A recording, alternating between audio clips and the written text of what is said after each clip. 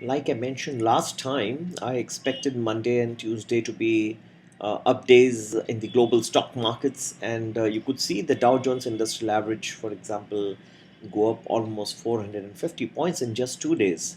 So, this was a situation that normally emerges from markets which are oversold.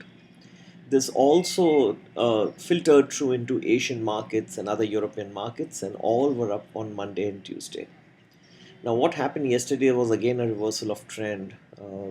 They were The stock markets were waiting for signals from Janet Yellen, and although the Fed was a little less dovish than was anticipated, definitely it seemed that the rate hike cycle had paused for the time being, uh, in accordance with the slowing global economy and turbulence in global stock markets.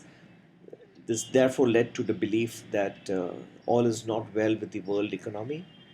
That's why the Fed is pausing, and therefore the US stock markets reacted accordingly, with Dow down over 220 points yesterday. Now, what lies ahead is a very turbulent year, a very negative year for equities. I was just observing that in this scenario, there are many people who tend to forego when they don't understand what's happening in the short term, 450 points up in 2 days and then down and so on. They're not sure what's coming next.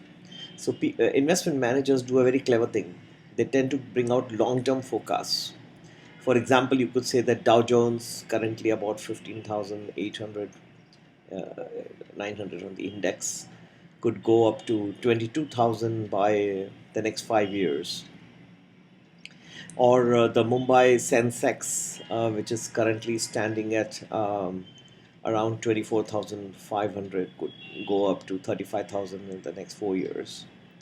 Now, which means it gives you about an average return of about 7 to 8% or maybe 10% also.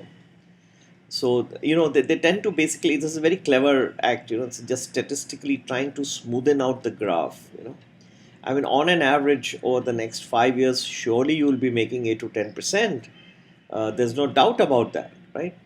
But what happens in between? Let's say there's a fall in 30%. They cannot say. They don't want to get into that because they find it extremely difficult.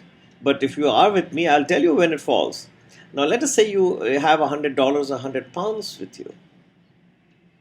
Now, if the market falls down to 70 and then it goes up to 150, that gives you almost 100% return. Whereas if you were to take 100 and let it fall, don't do anything about it, and then scale it back to 150, you earn just about 30% return. There is a difference between a 100% return on your investments and a 30% return, which looks like very poor in comparison. So you need to know, just by writing out the rough times, the difficult times itself will not give an answer. You can make long term forecasts time and again, but that also will not help you. I'll tell you why. For example, let's take the US growth rates of the GDP. They have been overestimated. The forecasts have been overestimated 13 out of the last 15 years, which means for 13 times out of the last 15 years, you found that the US GDP growth rate came in lower than expected by these people who are forecasting. Now, this is hardly a scenario where you can believe much in these people, but if you're doing long-term forecasting, do not forget, you as an investor should remember that they are basically trying to just statistically smoothen out the curve. They are just trying to come to an average return. 8 to 10% over the next 5 years is something which you could get from even risk-free investments. And don't forget, equity is a risky class. And things can turn, the markets could be very negative, and the stock markets could fall quite dramatically. So 8 to 10% return is very paltry. I would like you to earn 100% per year.